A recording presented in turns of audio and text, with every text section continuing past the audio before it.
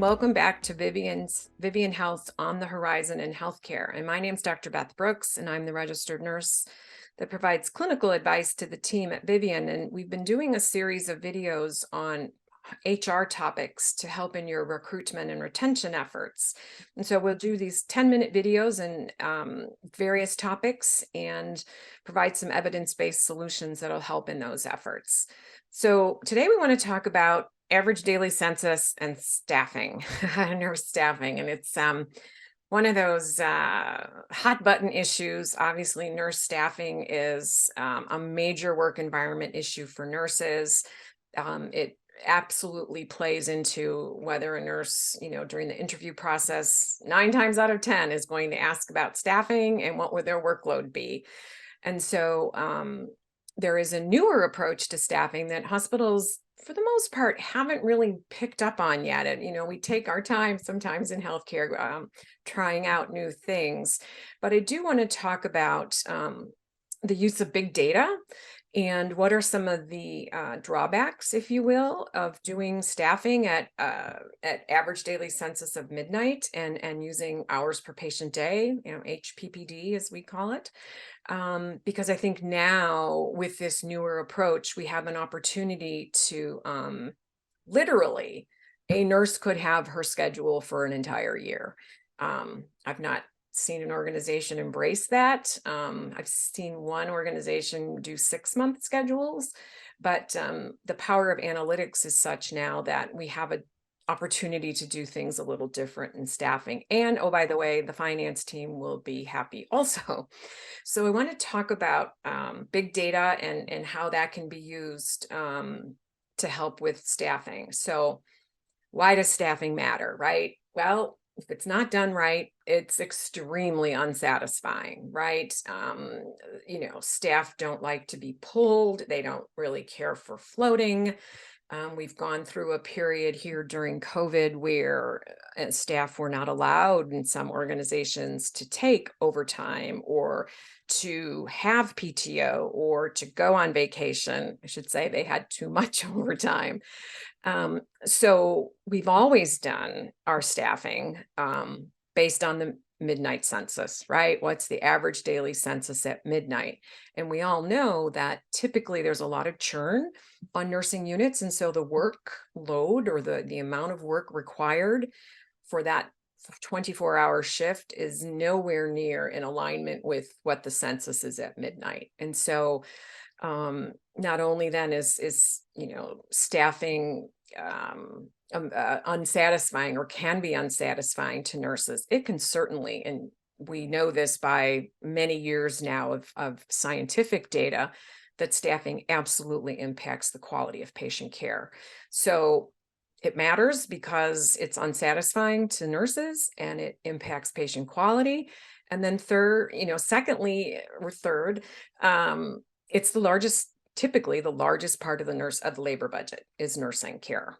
And so when it's that large of a number on the balance sheet, it's an easy target for cutting, which may or may not be the best thing to do given the patient outcomes that might result from that.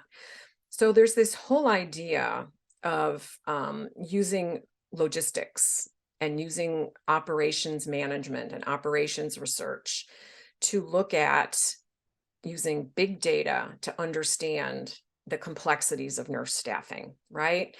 If you think about it, you've got some data in the HRIS system, we have some data in the payroll system, we have the budgeting system in finance, we have a staffing and scheduling software solution, we have some contract labor, we have a staffing and schedule. I mean, all these different pieces of technology may or may not, typically not, talk to one another, which makes it a really, really complicated logistics problem of who do you have and how do you deploy them.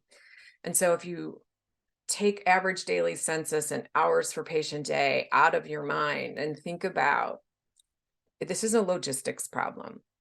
And so logistics science, or, as we hear all the time now, supply chain, right? It's complicated. So way back in 1947 was sort of the beginning of this operations research and looking at how do operations of an organization occur. And it really was early on where they decided, we could use more powerful computing power and use linear programming to understand these complex models. And I always think about the military. How does the military get enough soldiers with enough uniforms, with enough food, with enough guns and ammunition and equipment to the same place at the right time when they need it? And so that's really no different than how complex nurse staffing is. So operations research kind of looks at those kind of really complex problem. And then logistics is that flow, the flow of goods, the flow of information and resources, and how to get from point A to point B that you have what you need at the right time. And so, if you think about, Christmas is coming. So if you think about Christmas and Walmart, you don't want to have 5 Barbies on the shelf at Christmas. You want 50. But if you based how many Barbies you spent, how many you need on an average, you might have 5 Barbies on the shelf every month, but then at Christmas you're short because you use the average. And I have a colleague that we're going to interview in our future video who talks about the flaw of averages. Anytime you staff nursing units based on an average, you inevitably are going to be over or under a certain amount of time. And those overs and unders, if you will, are what make staff really upset, right? The under is, a furlough day, you go home, you might not get paid. And then the over is you're overstaffed today. We're going to pull Susie over to the med surge unit. And so that over and under phenomenon happens when you budget your staffing just by the average. And so using more powerful analytic data, and I'll explain in a second, helps you understand, it's difficult to understand supply and demand if you only look at a year, right? But if you can step back and look at supply and demand over a period of 3 years and look at what the census has been on a unit, begins to provide a richer picture, which allows you to have to be able to have more precision in your staffing. So using logistics, my colleague always talks about the 5 rights of staffing. And those of you who are nurses will know we talk about the 5 rights of medication administration. But do we have the right number of staff? Do they have the right skills? Are they in the right location at the right time? And are they having the right assignment at the lowest cost with the best patient outcomes? So think about that, 7 different components. And that's pretty hard to do, with a paper and pencil, filling in squares on a nursing schedule, which, believe it or not, still happens in some places. Not many, but it still happens.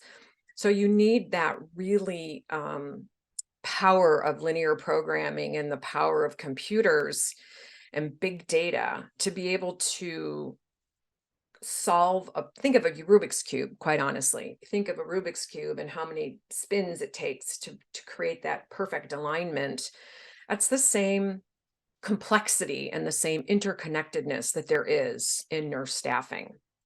And so using those 3 outcomes of the best cost, the best clinical outcome for the patient, as well as the best and happy or satisfied nurse, you can actually, using powerful linear programming, come up to the best solution. And then the challenge is, do you have enough core staff? How big is your float pool? And how much flexibility do you have in your float pool? And then there's that next layer of having contract labor. And so taking this whole more, if you will, scientific approach to looking at nurse staffing, obviously we have to budget correctly, which you can only do if you clearly understand the demand for patients. So what does the census look, not for a year, let's look at it for 3 years and understand do we really need all that staff on the weekend? Typically you don't, because when you look at that long-term trend, you see patterns emerge that you might not see if you only looked at a year of data.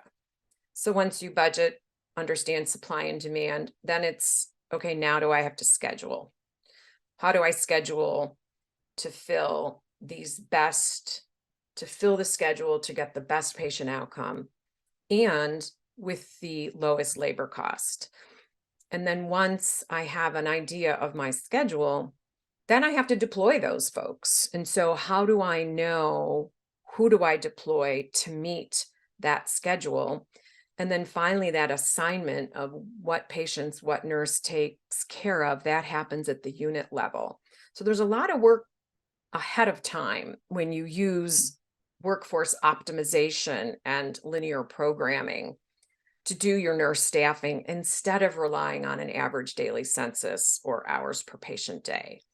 So this model, this approach to thinking about staffing creates an optimization engine, the science and the mathematics and the computing power, so that you understand exactly what the demand looks like on your unit. And this could be the OR, this can be the ED, it can be this kind of mathematical modeling can be done on any unit. So what's the demand pattern, right? Which physicians make rounds, or which surgeons are using the OR on certain days. And then you create the scheduling model. Okay, we know we need 2 nurses here and 3 nurses and 2 on nights, right? I mean, you've got a general idea of the acuity and typically how many nurses are required to take care of how many patients. And then finally, who's in your workforce? How many core staff? How many floats? And then how many potential agency staff? And so in this kind of staffing model, what we have found, and my colleague can explain and provide lots of examples, is that being a float pool nurse is become its own specialty. And so the more robust your float pool, the more likely you are to be able to have the variability to have the lowest cost models for staffing. And so, the folks in HR are probably thinking, well, I don't have that much control over staffing. I understand you may not, but I know you're going to be asked about, how many patients will I take care of, or what holidays will I have to work? And so this kind of workforce optimization, sort of logistics approach to staffing, will allow the nursing team and the finance team to be much more precise, which in every case I've seen, in every article I've read, it also is incredibly satisfying for the staff, which makes everyone's life easier. So just wanted to provide you with a primer today. I know average daily census is still the predominant way we do staffing, with hours per patient day. Think about workforce optimization. It's another approach, and it's not to say that average daily census is part of the equation, and so is hours per patient day, but it's not the only part of the equation that helps result in more precise staffing.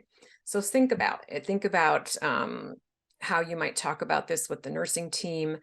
And if you have any other questions, or want to hear more about the research, or like to see some of the research, please let us know.